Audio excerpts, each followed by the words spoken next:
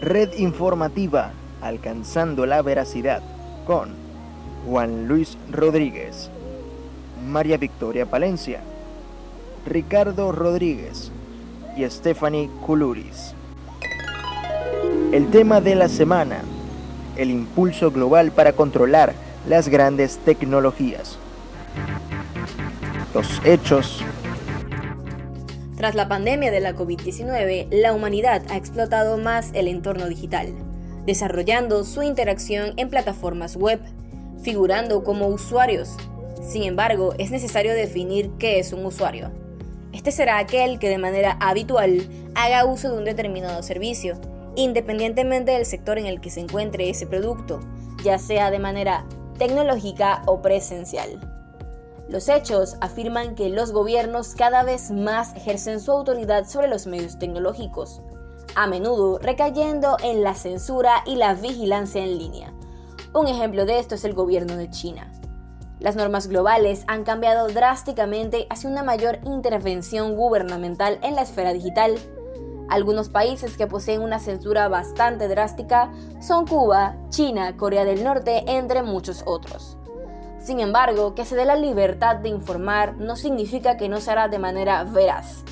Según el Departamento de Estado de USA, que cuenta con detallados informes al respecto, el caso más preocupante es el de la cadena estatal rusa RT en español, que según Lía Gabriel, coordinadora del Centro de Participación Global del Diplomado de Estados Unidos, cita: ha perfeccionado la táctica de dirigirse a audiencia joven, con videos virales e información sensacionalista, algo que le ha permitido sumar 40 millones de visitas a su web y 2.000 millones de reproducciones a sus videos. Según Thomas Kent, la clave para evitar el control arbitrario sobre los medios en los gobiernos o las entidades privadas es la tenencia de códigos éticos claros, difundidos en los medios de prensa y que estén a su altura. El debate. Para dar inicio a la conversación, me gustaría traer a colación dos conceptos básicos. El derecho es un conjunto de principios y normas que generalmente están inspirados en causar orden y justicia en una sociedad. Por consiguiente, buscan causar estabilidad en un país o en un estado.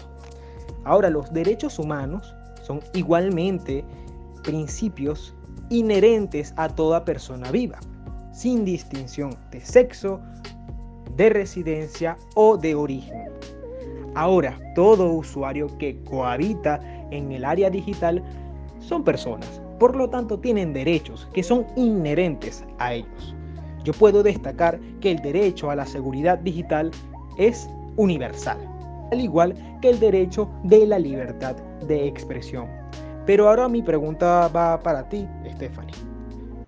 ¿Cuáles son los derechos humanos inherentes a los usuarios digitales? De acuerdo con tu planteamiento, Juan Luis, la Organización de las Naciones Unidas, o mejor conocida como la ONU según sus siglas, al admitir que ya la prohibición y la puesta en marcha de algún tipo de impedimento para acceder al Internet es una violación a los derechos humanos, viéndose como un derecho básico, dado que los mismos derechos que tienen las personas offline deben ser protegidos en todo su entorno online.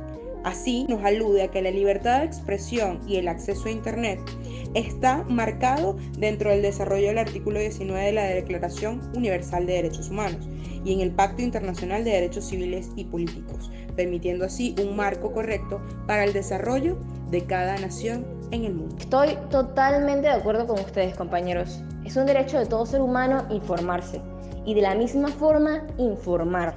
Más en esta era digital que ha sido promocionada por la pandemia, donde todo se maneja a través de plataformas web, incluso la información y las comunicaciones.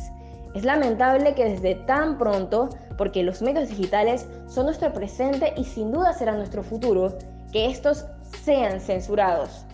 Lo único que hay que hacer es educar, conocer el impacto de estos y que la prensa escrita se maneje de la misma forma que la prensa digital, es decir, que sea veraz, concisa, precisa y que maneje un código ético y moral para que todas las personas que se informen a través de allí y difundan información de la misma manera, lo hagan siguiendo un mismo patrón, seamos conscientes y respetuosos.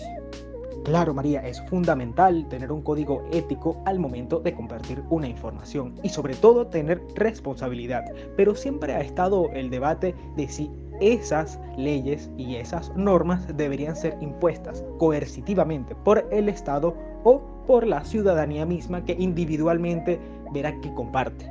Entonces mi pregunta va dirigida a ¿hasta qué punto deberíamos permitir que el Estado controle la información que nosotros podemos compartir? Yo creo, Juan, y también te pregunto a ti, María, si compartes este pensamiento, es que más allá de control lo que necesitamos es educación, porque si estamos hablando dentro de un marco de libertad de expresión y viéndolo como un derecho que posee cada individuo para explorar y descubrir y también formular y difundir sus pensamientos, ideas, opiniones, y que puede ser ejercido en este ámbito o entorno digital, según la Comisión Interamericana de Derechos Humanos, el Internet puede ser entendido como un medio de intercambio de información. Entonces, dentro de ese medio de intercambio de información, el Estado debería ser un ente rector que permita que este entorno exista de la manera correcta y no que vaya específicamente tras el seguimiento y el rastreo de toda la data que nosotros dejamos dentro de códigos en este ciberespacio. Un ejemplo muy claro de esto es Rusia, un país sumamente hermético, pero que nos demuestra, nos da a conocer que los estados, no solamente ellos, sino diversos países, por no decir todos, cuentan con las herramientas para ingresar a la base de datos de diversas páginas web que se encuentran dentro de su espacio geográfico para analizar, visualizar, censurar, limitar, etc., la información que allí se comparte.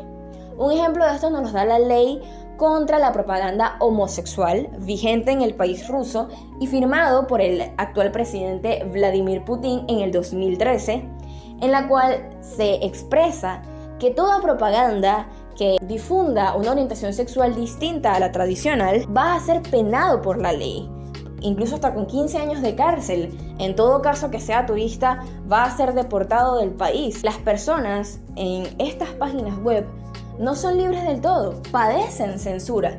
Y ese ejemplo que mencionas denota bastante bien las injerencias y a veces limitaciones que los estados imponen a sus ciudadanos al momento de compartir una información. Sin ir más lejos, el 29 de noviembre del 2021, China censuró 2 reportajes por difundir información crítica al gobierno.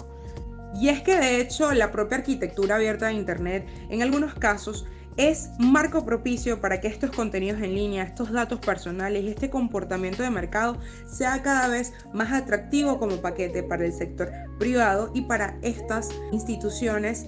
Es así como en algunos casos tenemos bulos creados desde algunos usuarios u otros desde estas instituciones. Allí reside la importancia del comunicador social, ya que a través de su formación académica, él puede tratar los datos de la mejor forma y sobre todo de una manera ética. Pero tampoco hay que olvidarnos de los infociudadanos que pueden ser las fuentes primarias de información.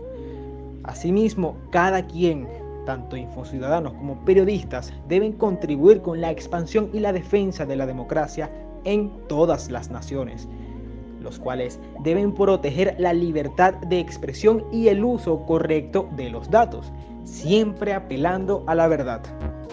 Las soluciones. Educar a los usuarios a que lean términos y condiciones, no solo de plataformas web o de redes sociales, sino también de dispositivos móviles. Que la gente no se deje llevar con cualquier información y que se verifique, independientemente del medio, ya que cualquiera puede ser víctima de un bulo. Desde el ciberactivismo se debe demandar a los estados para que no ejerzan censura en el tránsito libre de información, porque informarse e informar es un derecho intrínseco de todo ser humano. Hoy construimos estos conceptos, ideas y pensamientos. Comparte tu opinión para continuar con la conversación en nuestras redes sociales. Red Informativa, alcanzando la veracidad. El podcast que te conecta con la información. Hasta una próxima entrega.